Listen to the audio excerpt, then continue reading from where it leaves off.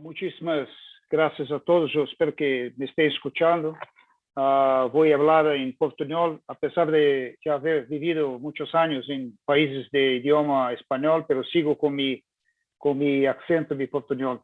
Es un honor estar aquí esta noche con ustedes, hablando sobre este tema que me parece súper importante, que es el tema de la unidad, el tema de la patria grande en América Latina. Yo no tengo las credenciales para hablar sobre la situación en Ecuador, pero me gustaría hablar sobre la situación de América Latina. Y escuchando a la doctora Pacari hablando, yo veo que hay muchas similitudes entre lo que pasa hoy en Ecuador y lo que pasa en América Latina como un todo, con muchos países de América Latina, a donde yo estuve y a donde pude estudiar por otras experiencias, no solamente por el Banco Interamericano de Desarrollo. Entonces, el tema de hoy es un tema que a veces parece un poco teórico, ¿no? Que es cómo generar una unidad, cómo generar una sola patria dentro de América Latina, pero me gustaría que este tema pueda ser muy concreto, muy práctico, para que podamos bajar a tal vez políticas públicas que puedan llevar a nosotros a ser una patria grande, ¿no? Como ha sido imaginado, como ha sido pensado por sus idealizadores, sus fundadores. Yo voy a intentar hacer compartir un poco la pantalla, a ver si funciona. No sé si pueden ver la pantalla. Héctor, ¿sí? Perfecto. Bueno, el tema fundamental entonces de la patria grande es esto, simplemente, ¿no? Es si nosotros caminamos solos, claro que siempre podemos ir más rápido, pero si caminamos acompañados, llegaremos seguramente más lejos, más allá de muchas veces de nuestra propia visión. Nosotros vamos a hablar esta noche mucho sobre Papa Francisco, en particular sobre Fratelli Tutti, donde él muestra muy claramente los desafíos de América Latina. Pero me gustaría mencionar que este tema de la integración y del liderazgo de integración en América Latina es un tema muy antiguo. Ya San Juan Pablo II ya comentaba esta frase que él ha dicho en Dominicana, en Santo Domingo. Es grave responsabilidad de los gobernantes, por tanto de los líderes, el favorecer el ya iniciado proceso de integración de unos pueblos a quienes la misma geografía, la fe cristiana, la lengua y la cultura han unido definitivamente en el camino de la historia. Entonces, yo creo que esta frase define todo de lo que podemos hablar sobre lo que es una patria grande, pero muestra claramente que es una preocupación de la Iglesia, de sermos una sola Iglesia. A pesar de toda la pluralidad que tenemos, somos una sola Iglesia. Bueno, si puedo poner en tres grandes mensajes lo que me gustaría decir hoy, yo quería mencionar tres cosas. Primero, el concepto de patria grande, su importancia para América Latina como un lugar para el desarrollo humano integral. Vamos a hablar un poquito sobre el desarrollo humano integral porque es el centro de la doctrina social de la Iglesia. Y hoy vemos muy claramente, y puedo decir que esta conversación va a ser un poco una continuidad de lo que la doctora Pacari acaba de presentar. Hoy vemos que lo que más necesitamos nosotros en cualquier país de América Latina es el desarrollo humano integral, como define la Iglesia. El segundo tema es que la cosa se agudizó mucho. Como ha sido dicho antes ya, el gran problema, el gran desafío que tenemos hoy nosotros en América Latina es la desigualdad, que ha sido profundizada, empeorada por la pandemia. Y en tercer lugar, hablar un poco sobre nosotros como personas, como líderes místicos, como líderes a quien Dios ha dado una visión, una misión particular de transformar las estructuras, de cambiar las estructuras, para justamente crear el desarrollo humano integral. Y por tanto, el concepto de la patria grande, de desarrollo humano integral, puede ser un camino para nuestro liderazgo místico. Quería empezar entonces por el primer tema en particular, que es hablar un poco sobre la patria grande y un poco sobre el desarrollo humano integral. Empecemos por el desarrollo humano integral, que Há vários documentos sobre este tema, em particular as encíclicas, que desde la Rerum Novarum, que ha sido promulgada por Leo XIII no siglo XIX, em realidade, desde esta encíclica, pero várias outras encíclicas de Paulo VI, João XXIII, depois João Paulo II, Benedito XVI e também Francisco, mostraram claramente o que pode ser o desenvolvimento humano integral. E eles mostram, cada um a sua maneira, mostram alguns aspectos muito importantes. Em primeiro lugar, aqui falamos sobre a dignidade da persona. Não estamos falando sobre pueblos, estamos falando sobre a dignidade de cada persona em particular. Não importa de onde venga, não importa de que país seja, de que grupo seja, de que etnia seja. A persona e sua dignidade como hijo de Deus é o mais importante ao final do cabo. Depois, é uma questão multidimensional. Não podemos ter desenvolvimento humano se não falamos sobre o desenvolvimento psicológico, sobre o desenvolvimento físico, sobre o desenvolvimento espiritual. E isto se mostra muito, em particular, começando por Paulo VI, sobre esta questão de que não podemos mais dar solamente o pão, há que dar o pão, pero juntando com a dignidade, juntando com todo o que é a autoestima da pessoa. Depois, que é um desenvolvimento relacional. Nos relacionamos todos. Em Fratelli Tutti, Francisco mostra muito claramente que todo se relaciona, todo o universo se relaciona, em particular em um ambiente onde de internet e da economia digital. Depois, é baseado na liberdade. E se podemos dizer o que é liberdade, liberdade significa a pessoa ter opções. A pessoa que não tem opções não tem liberdade. E, portanto, não tem a dignidade. E, portanto, não tem como poder ter um desenvolvimento multidimensional. O desenvolvimento é cristocêntrico. Se nós temos, não é qualquer desenvolvimento, nós temos que ter em nossas políticas públicas como líderes católicos que Cristo é o centro de todo o que hacemos. Não? E, además disto, é um chamado a todos nós, é vocacional. É centrado em la persona del pobre. E, portanto, se é cristocêntrico, é também centrado em la persona del pobre, del mais pobre, como ha dicho José Antonio quando acaba de falar. E, finalmente, Francisco põe uma integração muito mais interessante ao final, em Laudato Si, em Fratelli Tutti, que é integrar a criação divina, a terra, e integrar a terra com o clamor del pobre. Não podemos desenvolver, pode ser um desenvolvimento cristocêntrico e centrado na pessoa do pobre, se não pensamos em los recursos, em la terra, em particular em desenvolvimento ambiental, como o Papa Francisco sempre menciona. Então, o tema fundamental é como fazer com que em América Latina podamos desenvolver uma pátria grande, um conceito de unidade, pero basado en estos conceptos que son los conceptos de la doctrina social de la Iglesia sobre lo que es el desarrollo de cada persona, en particular del pobre. Bueno, ahí hablamos un poco sobre lo que es patria grande. El concepto de patria grande empezó por un filósofo uruguayo que se llama Alberto, se llamó, ya falleció, Alberto Bertol Ferré, que era muy amigo, ¿no?, del cardenal Bergoglio, y también de Guzmán Caiquiri, que es uno de los fundadores de nuestra academia en América Latina. Entonces, el concepto, como ya ha sido dicho antes por Héctor, no tiene ideología y no tiene geografía.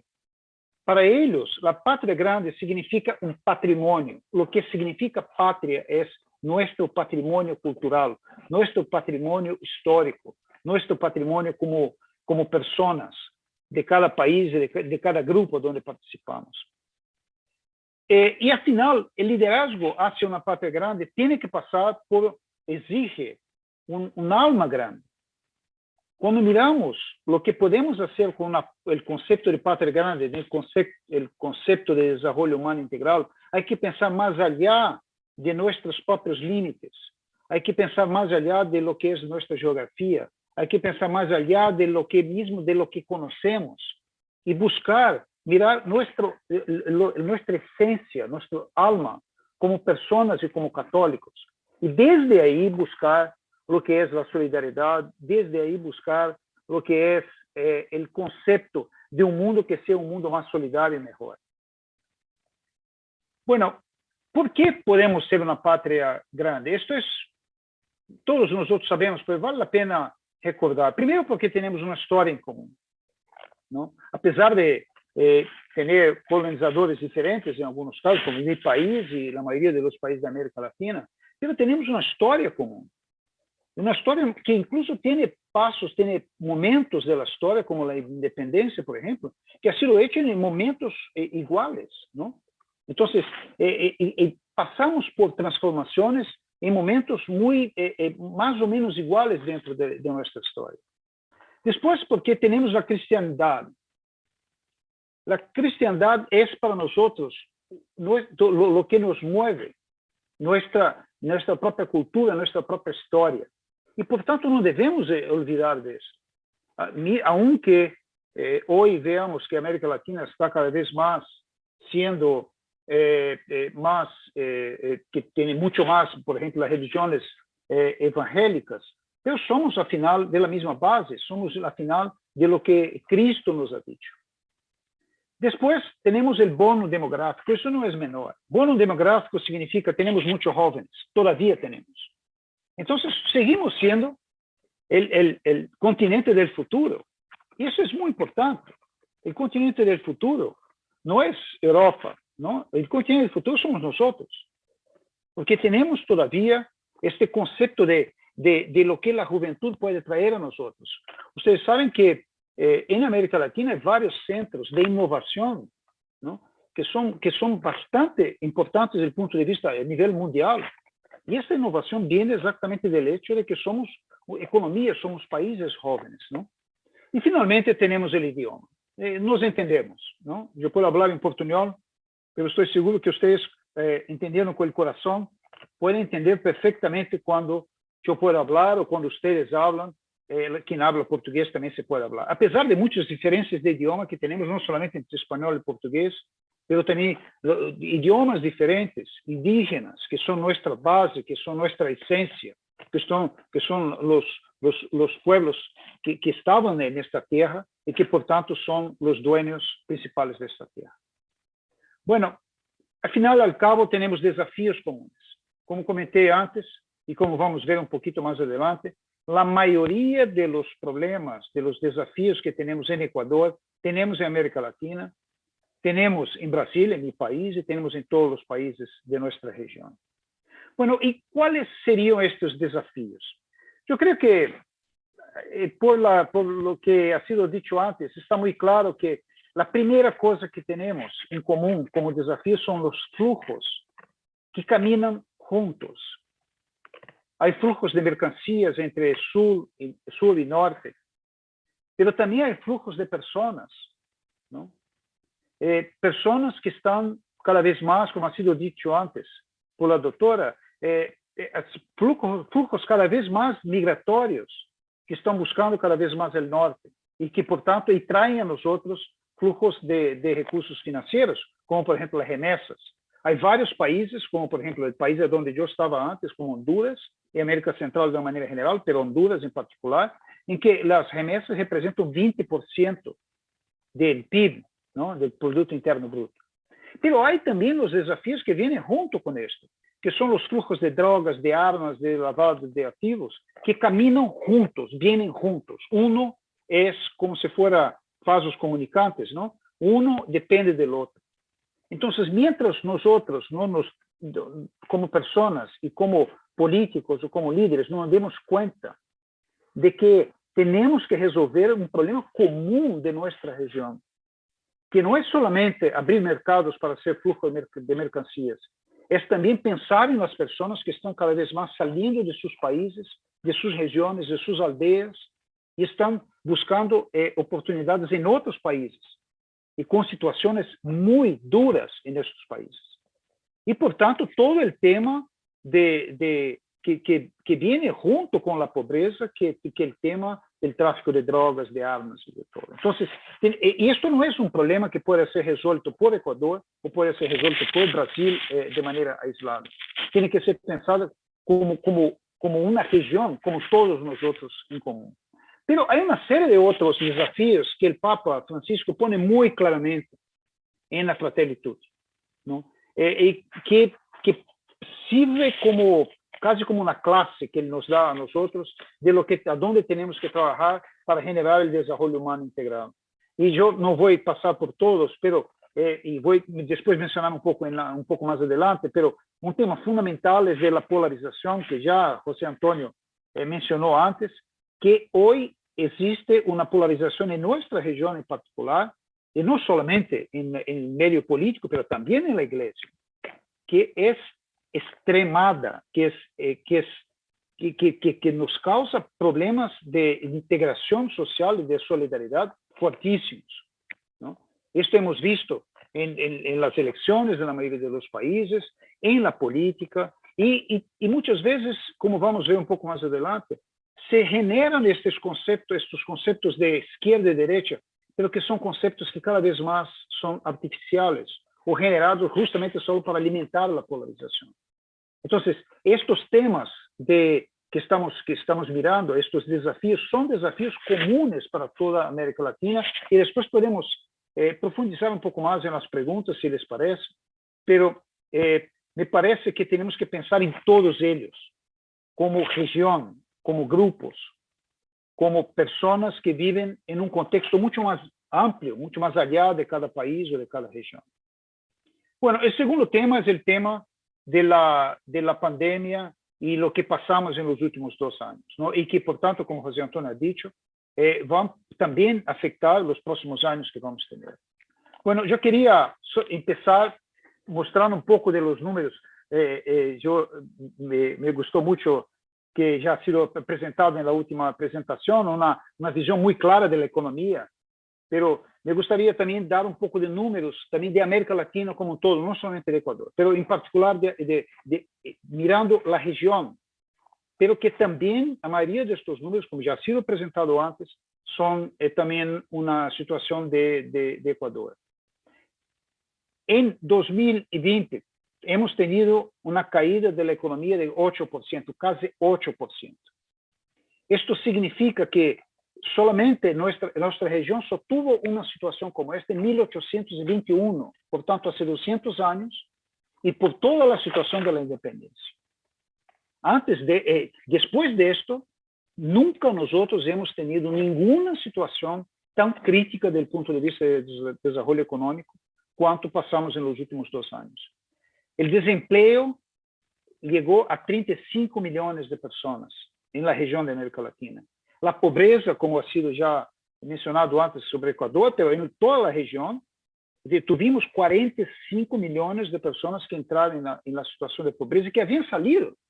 No nos olvidemos que al inicio de este siglo, nuestra región, que es productora de commodities agrícolas y commodities minerales y todo esto, con los precios súper altos que tuvimos al inicio de este siglo, pudimos sacar 50 millones de personas de la pobreza, lo que significa es todo lo que ganamos al inicio de los años 2000, perdimos en 2 años, ¿no?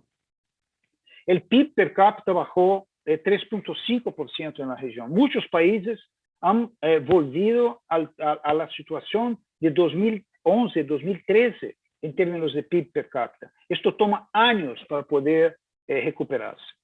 Y finalmente, no menos importante, que ha sido mencionado ya antes, pero tenemos hoy una situación de un déficit fiscal de los gobiernos enorme, que llegó al 8% en 2020, y un sobreendeudamiento que llegó a 72% en 2020, pero en algunos países como el mío, en Brasil, llegó a 95% del PIB. Lo que esto significa básicamente es que los gobiernos no tienen plata, no tienen recursos financieros. Entonces, aquí no se trata de una ideología de izquierda o de derecha, significa ser absolutamente pragmáticos en lo que podemos y no podemos hacer y a dónde debemos priorizar. Y los gobiernos deben priorizar sus inversiones para reducir la pobreza e intentar resolver o mitigar los efectos de los otros indicadores económicos. Bueno, la primera pregunta que se hace cuando hay una crisis es si la recuperación económica se va a dar en V o en U, ¿no? V significa que seria mais rápida e U significa que seria mais, que vai tomar mais tempo, vai ser mais despacio. En la crisis de 2008, la crisis financiera de 2008, hubo una recuperación que podría decir que casi ha sido en V, porque la recuperación ha sido muy rápida.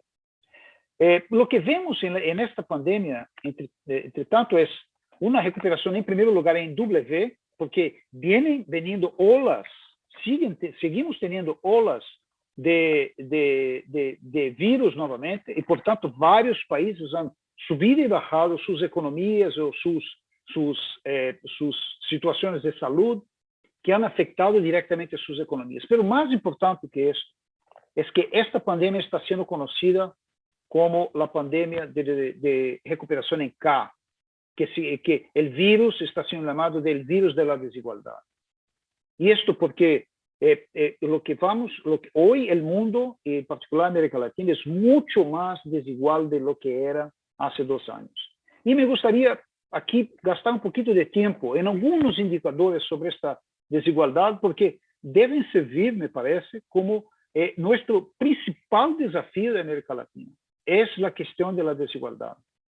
¿Y cuáles son estas fuentes de desigualdad? Bueno, hay varias, hay muchas, ¿no? Yo quería mencionar algunas de ellas solamente, porque son tal vez algunas más evidentes, pero hay varias, ¿no? Empezando por la cuestión de la salud, evidentemente que son los más pobres que han tenido más problemas, ¿no? Es claro, es evidente que son los que están más en el interior de los países, a donde no hay situación, no hay servicio de salud disponible, que han sufrido mucho más y muchas veces están fuera de las estadísticas. Yo mismo hace un mes exactamente tuve un infarto, ¿no? Que estaba en el interior del país, de Brasil, en una ciudad pequeña, a donde no había equipamientos, no había equipos, ¿no? Y por gracia de Dios no morí, pero pude ser trasladado a una ciudad grande donde tenía recursos, pero los más pobres no tienen esta posibilidad. Entonces, por tanto, la cuestión de la salud, en particular con el virus, ha afectado directamente a los más pobres, que han perdido las personas y los empleos. En segundo lugar, el tema de las economías. Bueno, en 2008, la crisis de 2008, lo que vimos es que los países más en desarrollo, por tanto, no han sido los países más ricos, pero los países más pobres han sido los que han desarrollado más rápido, que han se recuperado más rápido. Lo que vemos hoy es exactamente al revés. Los países que tienen un verde más fuerte son los países que están recuperándose, que se espera tener una recuperación en 2022 mucho más fuerte de los países menos desarrollados. Y esto evidentemente va a aumentar de manera macro la desigualdad. Pero además de esto, hay que ver los temas, por ejemplo, de políticas para atender a los más pobres. Y esto tiene implicancia directa sobre la pobreza. Las economías más avanzadas han podido invertir casi 20% del PIB en recursos como transferencias financieras a los más pobres. Y nuestros países están en nivel de 8%. En algunos países de América Latina, como Centroamérica, han podido invertir solamente 4 o 5% del PIB en cosas como transferencias financieras a los más pobres.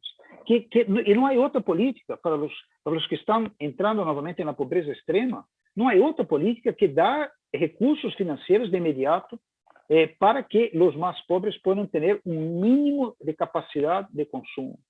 Esto, para corregir esta diferencia entre los países más ricos y los más pobres, y esto va a tomar muchos años porque afecta, como he dicho antes, directamente a los más pobres.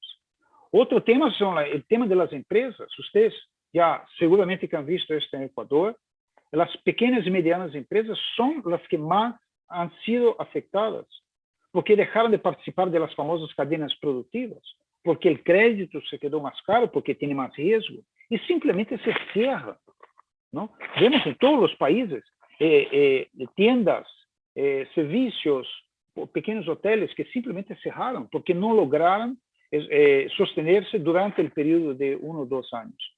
Y mientras las grandes empresas han tenido mucho más facilidad para crédito, para ajuste, para innovación, para acceso al mercado, acceso a las cadenas productivas, ¿no? El otro tema es la capacidad laboral. Quien hoy no tiene las capacidades digitales para estar en una presentación como esta, por ejemplo, seguramente va a tener mucho, está teniendo ya, pero va a tener mucho más problemas para poder acceder a los empleos. Y la mayoría de las personas que tienen empleos informales, que son los más pobres, son exactamente los que han sufrido más.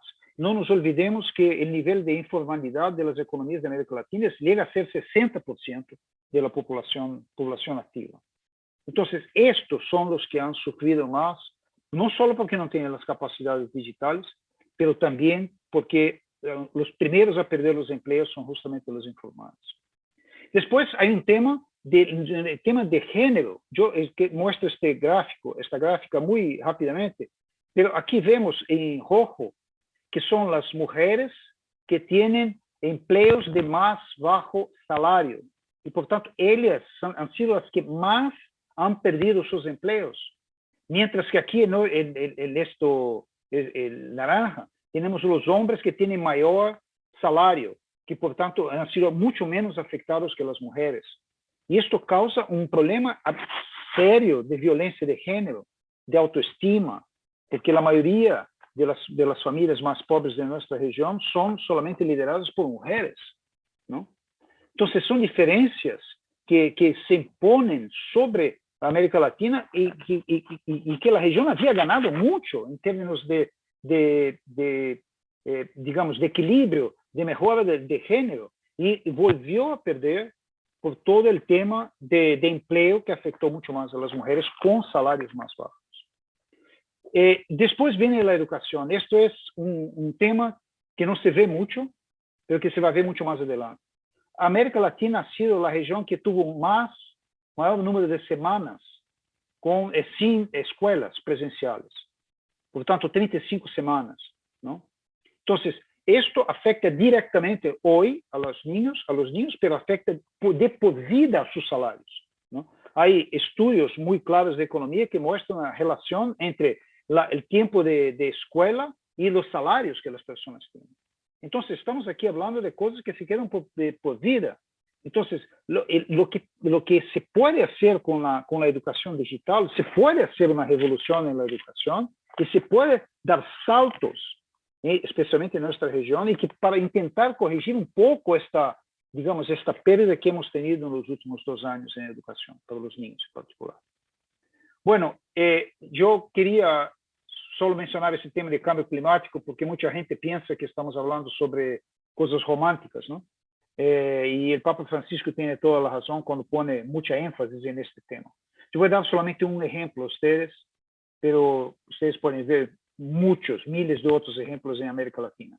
Yo viví en Honduras, ¿no? He estado por el BID en Honduras en los últimos 3 años. Honduras es un país que contribuye con 0.06% del acalentamiento global. Y es el tercer país más afectado por el cambio climático. Durante un periodo del año es sequía y otro periodo del año son inundaciones. Entonces, y esto pasa con muchos países de nuestra región, muchas regiones en nuestra región. Entonces, no es justo que incluso estos países tengan que invertir en mitigación del efecto del cambio climático cuando ellos en realidad no contribuyen con casi nada del acalentamiento global. Esto tenemos que pensar como región, no podemos pensar como países aislados. Finalmente, el tema de la corrupción, que más que acá es imposible, ¿no? Que trae beneficios directos a los más ricos y afecta directamente a los más pobres. Yo estoy seguro que en ningún país de América Latina puede decir que no tuvo problemas de escándalos, de corrupción de la salud durante el tema de la pandemia. Entonces, que es un crimen, ¿no? Es un crimen una persona, un político que roba la plata de la salud para la pandemia por corrupción. Creo que no puede haber cosa peor, ¿no? De que Y esto pasó en todos los países, en todas las regiones de América Latina. Bueno, todo esto lleva a una situación que tenemos que pensar juntos, no podemos pensar separados. El tema de la desigualdad es un tema que tenemos que aprender unos de otros. Y la iglesia es un ambiente donde nosotros podemos, como personas, como comunidades, como parroquias, como diócesis, pensar juntos en cómo aprender unos de otros y tener incidencia sobre las políticas públicas, sobre las políticas de las empresas, de las ONGs y políticas de las instituciones internacionales, para que algo se pueda hacer para reducir esta situación trágica. Hemos visto los desafíos, hemos visto las fuentes de desigualdad. Ahora, entonces, tenemos que mirar un poco lo que podemos hacer. En primer lugar, la cuestión de la integración. Una vez más, imposible pensar de manera aislada sobre las soluciones. Y la esencia de nuestra integración, vuelvo a decir, palabras del Papa Francisco, está en temas que vuelven a nuestra historia. Bueno, en el pasado hubo experiencias de se intentar traer unificación, un trabajo más conjunto entre los países de América Latina. Aquí hemos visto históricamente, ustedes pueden ver una evolución, empezó por ABC, por Argentina, Brasil y Chile, después un nuevo ABC, después tuvimos varias otras iniciativas como ALALC, como a MCCA, como el Pacto Andino, como ALADI, hemos visto el Mercosur, hemos visto CAFTA con República Dominicana, hemos visto Alianza para el Pacífico, hemos visto Plan Puebla-Panamá, CIEPAC, que es una integración de energía en Centroamérica. Y si miramos estos casos, estos esfuerzos, lo que vemos lastimosamente es que los resultados de esta unificación, de estos esfuerzos, han sido resultados bastante limitados en todos estos esfuerzos. Y nos preguntamos por qué. Y hay que aprender del pasado, hay que aprender de nuestra historia. Yo creo que hay varias razones por las cuales, y debe haber otras que no voy a presentar aquí, pero hay varias razones que nos muestran claramente por qué no logramos tener esfuerzos comunes en América Latina.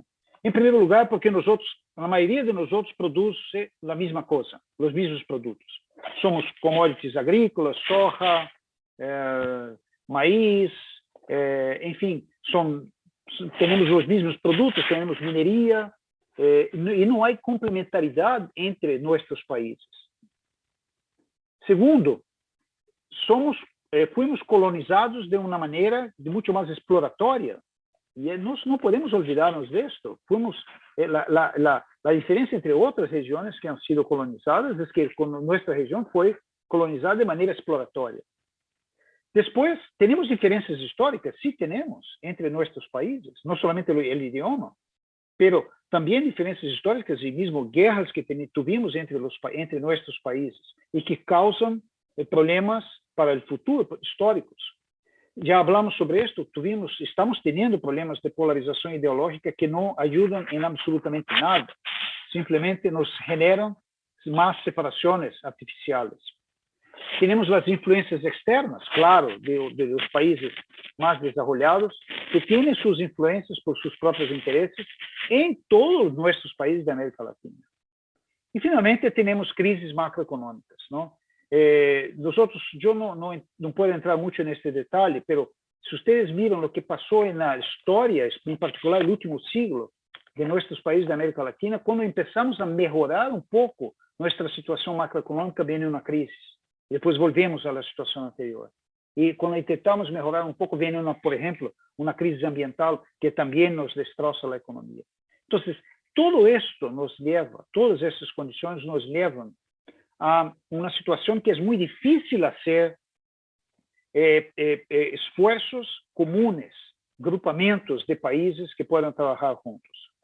Bueno, y el Papa muestra muy claramente, y la doctrina social de la Iglesia muestra claramente que la integración solo puede venir por el Evangelio, por la solidaridad que existe en el Evangelio, por la búsqueda de la dignidad de la persona antes que por intereses políticos, y por el desarrollo integral, por estar cercanos a las personas, como José Antonio ha mostrado muy claramente. Pero lo que aprendimos de otros países es que hay dos maneras de generar desarrollo, y no podemos escapar de esto, que son empleo y educación. Empleo en corto plazo y educación en largo plazo.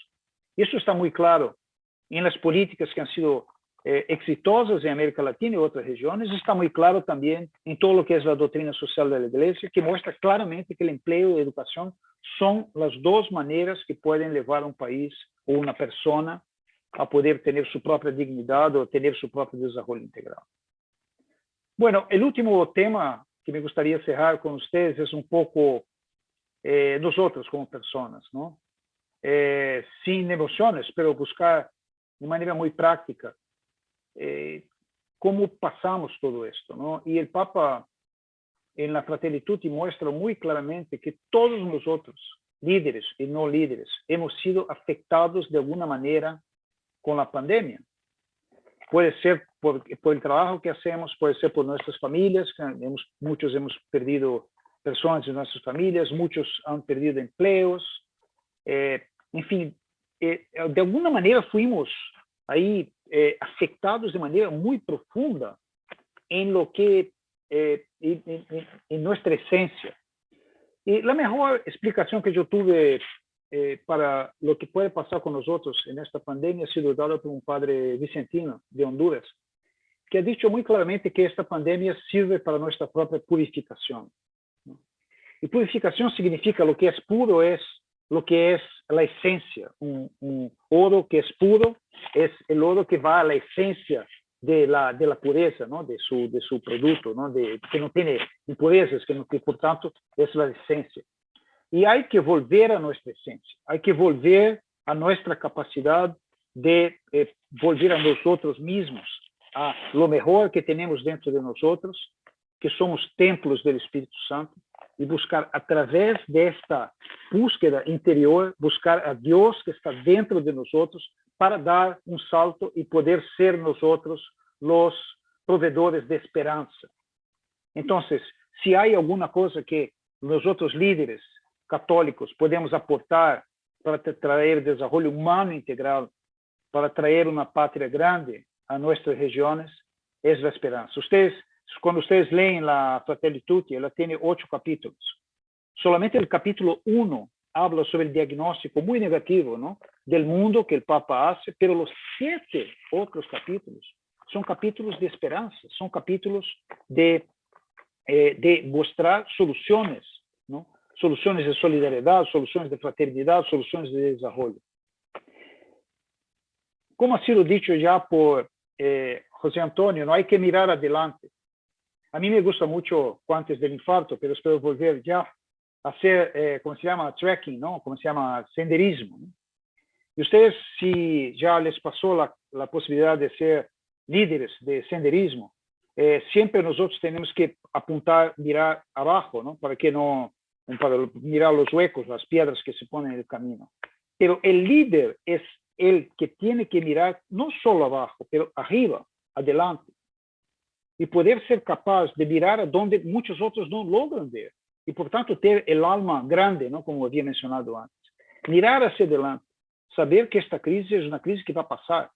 Que lo único que sabemos de la crisis es que va a pasar. Y con esto poder guiar a los otros que vienen atrás de nosotros. Puede ser la familia, puede ser en nuestro trabajo, puede ser en nuestras pastorales, nuestras comunidades o políticos, que puedan guiar en esta dirección de no solo mirar abajo, pero mirar arriba, mirar con la visión. En particular, en América Latina tenemos la capacidad y la posibilidad de hacer un poco lo que yo creo que transforma completamente la persona. Yo como católico soy vicentino, ¿no? Vicentino significa que soy de la Sociedad San Vicente de Paúl, y ahí está un cuadro de San Vicente de Paúl que está dando un pan al pobre, que no se sabe si es pobre o si es Jesús, en realidad es Jesús. Y hay muchas cosas en este cuadro, pero me gustaría solamente resaltar en este punto, que cuanto más nos llegamos al pobre para entenderlo, y ahí vemos que no se sabe si es Vicente que da el pan al pobre o si es el pobre que da el pan a Vicente, ¿no?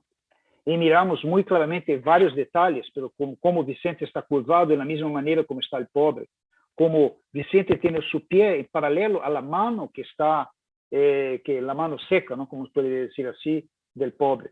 Y solo podemos buscar la purificación, y solo podemos, o de manera más efectiva de buscar a nuestra propia esencia, si nosotros podemos tener esta proximidad, ¿no? con el más pobre, que nos puede enseñar. San Vicente decía que los pobres son nuestros maestros y nuestros señores. Entonces, mirar, entender, comprender y aprender de los pobres es un camino que me parece que es el camino más efectivo para que nosotros podamos aprender para nuestras políticas públicas, para nuestra vida de políticos, nuestra vida de empresarios o lo que sea. Yo quería solamente terminar dando una experiencia que tuve en Haití, justo después del terremoto de 2010, donde yo era representante del BID en Haití, y pasaba en una calle, ¿no? Así con el carro del BID, que estaba con aire acondicionado, con todo, y una calle llena de personas, de vendedoras de frutas y vegetales en la calle, ¿no? Y cuando a frente de mi carro había un camión que estaba haciendo una maniobra, y cuando ha hecho la maniobra para atrás, aplastó la canasta de una señora que estaba vendiendo no es esta señora, pero que estaba vendiendo sus vegetales, ¿no?